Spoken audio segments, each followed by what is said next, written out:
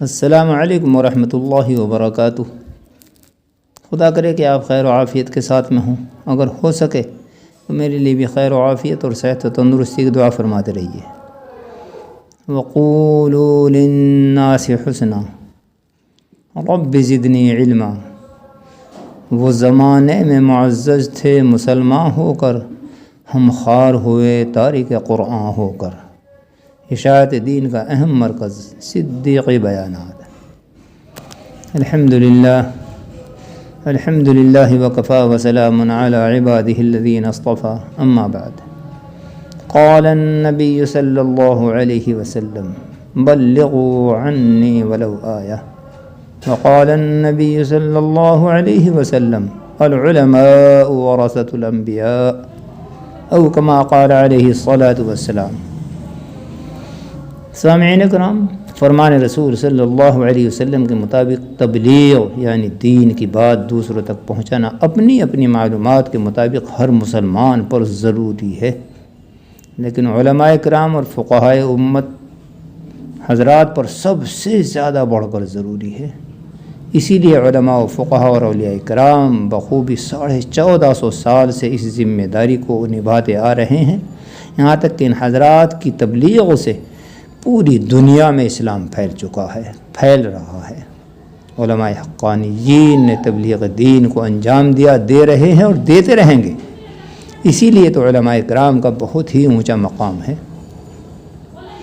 جیسا کہ محسن انسان یا طاق مدینہ، تاجدار عرب والعجم، غمخوار امت، سرور کائنات، رحمت للعالمین، امام الانبیاء، خاتم الرسول، شافع محشر، ساقی کوثر، شفیع المذنبین، نبی آخر الزمان، احمد مجتبی محمد مصطفیٰ صلی اللہ علیہ وسلم نے ارشاد فرمایا کہ علماء انبیاء کے وارث ہیں۔ خیر، باقاعدہ تبلیغ اور علماء کرام کے متعلق دیگر ویڈیوز میں تفصیل سے عرض کروں گا۔ اس وقت تو صرف یہ عرض کرنا مقصود ہے کہ وہ بے علم اور کم علم لوگ جو تبلیغی جماعت سے وابستہ ہیں حد سے تجاوز کر رہے ہیں، کر چکے ہیں، جو کہ نہایت ہی ایمان کے لیے خطرے کی بات ہے۔ دین کی آڑ میں مساجد پر مکمل قابض ہو کر مؤذنین اور ائمہ حضرات کے اوپر حاکم اور تانہ شاہ ہو چکے ہیں۔ فضائل اعمال و خصوصاً منتخب احادیث کتب کے علاوہ دیگر دینی کتب، دینی مسائل کی تعلیم اور قرآن کریم کی تفسیر پر بعض جگہوں پر مکمل پابندی عائد کر چکے ہیں۔ جو ائمہ کرام ان کی جی حضوری اور مروجہ ملاقات و مشورہ وغیرہ پر عمل نہ کریں، اس کام میں وقت نہ لگائیں، مسائل دینیہ اور تفسیر کلام اللہ کریں، ان کو ذلت کے ساتھ منصب امامت سے برطرف کیا جا رہا ہے۔ ائمہ اور مؤذنین کو غیر شرعی شرائط کے ساتھ مقرر کیا جاتا ہے۔ تبلیغی جماعت سے منسلک لوگ جاہل و ان پڑھ تقریباً ہر فرد مقرر بن چکا ہے۔ علماء کی اہمیت ان کے دلوں سے تقریباً ختم ہو چکی ہے۔ علماء پر نکتہ چینی کرنا ان کا شیوا بن چکا ہے، یہاں تک کہ شروع میں پڑھی گئی حدیث العلماء ورثۃ الانبیاء کو بھی جھٹلانے کی جرأت کر رہے ہیں۔ سامعین، یہ باتیں میں قیاساً نہیں کہہ رہا ہوں، بلکہ ائمہ حضرات کے ساتھ مذکورہ رویوں کے مشاہدات ہیں، اور بعض اماموں کو صرف مذکورہ خامیوں کے مد نظر امامت سے برخاست کر دیا گیا ہے۔ آپ نے یوٹیوب وغیرہ پر بھی ضرور دیکھا اور سنا ہوگا۔ بعض امیروں نے اپنی تقریر میں صاف کہہ دیا کہ انبیاء کے وارث علماء نہیں بلکہ ہم ہیں، اس لیے کہ ہم ہی دین کا کام کر رہے ہیں۔ الامان الحفیظ۔ سامعین کرام، اگرچہ اس تبلیغی کام سے عوام الناس کو فائدہ پہنچ رہا ہے، لیکن صرف اسی کو دین سمجھ لینا یہ غلط ہے۔ جیسا کہ حضرت مولانا محمد ابرار الحق صاحب رحمۃ اللہ علیہ، خلیفہ مجدد الملت حضرت تھانوی رحمۃ اللہ علیہ نے بھی مجمع عام میں ارشاد فرما دیا تھا کہ موجودہ تبلیغی جماعت والوں کا کام نافع ضرور ہے لیکن کافی نہیں ہے۔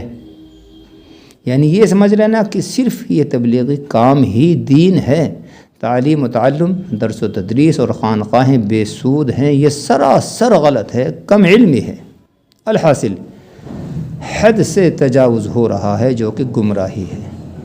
سامعین کرام، ان باتوں کو حضرت جی مولانا محمد الیاس صاحب رحمۃ اللہ علیہ کاندھلوی کی خصوصاً ان 2 باتوں میں تلاش کریں، بہت ہی توجہ اور گہرائی سے سنیں، اور دوسروں کے ساتھ اس ویڈیو کو شیئر کر کے عند اللہ ماجور ہوں۔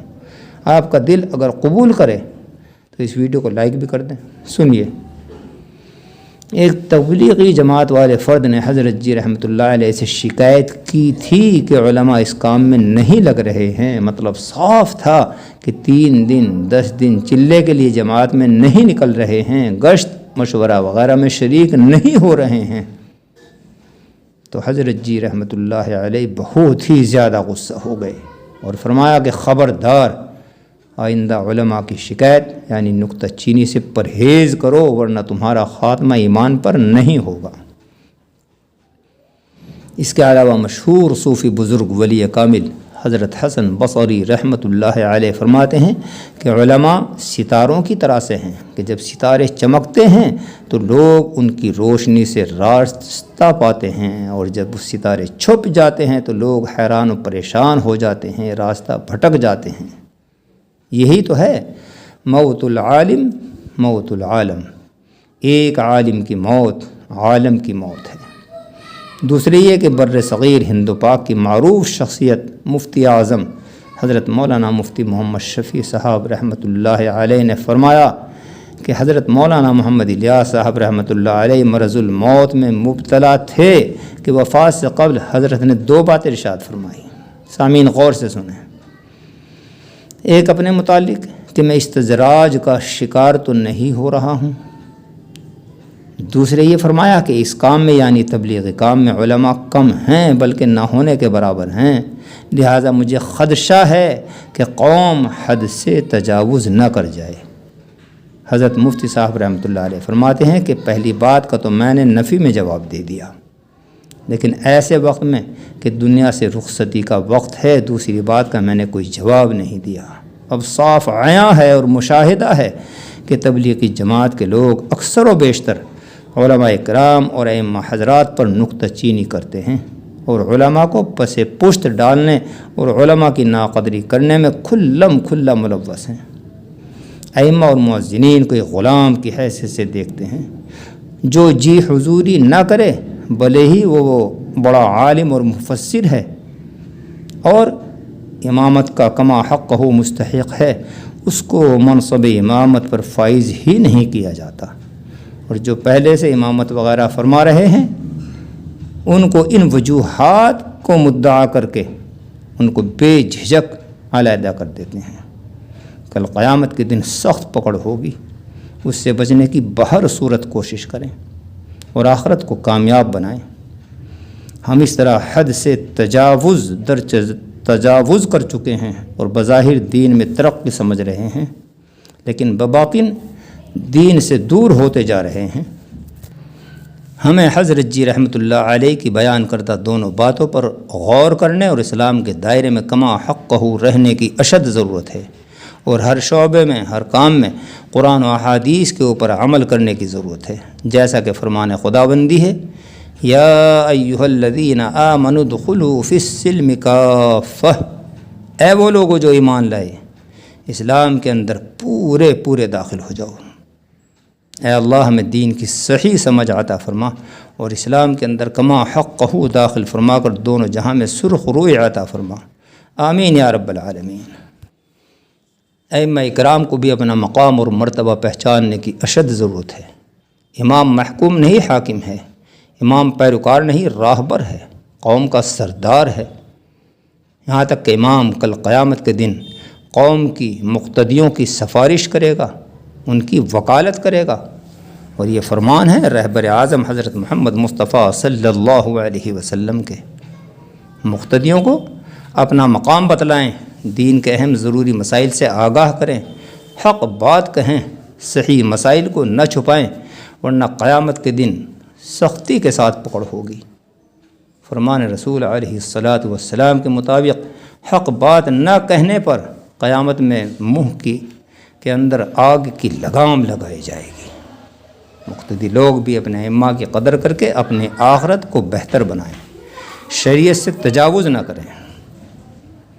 آخر میں یہ کہ اگر آج تک آپ صدیقی بیانات چینل سے منسلک نہیں ہوئے تو اس چینل کو سبسکرائب کر کے صدیقی بیانات سے منسلک ہو کر شکریہ کا موقع عنایت فرمائیں، اور ساتھ میں ظاہر ہونے والی گھنٹی کو بھی پریس کر دیں۔ اس کے بعد یہ گھنٹی 2-3 شکلوں میں ظاہر ہوگی، سب سے اوپر 2 پنکھوں والی گھنٹی کو بھی ٹچ کر دیں تاکہ میری طرف سے جاری کردہ ہر نئی ویڈیو بر وقت آپ کو دستیاب ہوتی رہے اور آپ اسی طرح فیض یاب ہوتے رہیں۔ جزاکم اللہ، وآخر دعوانا الحمد للہ رب العالمین۔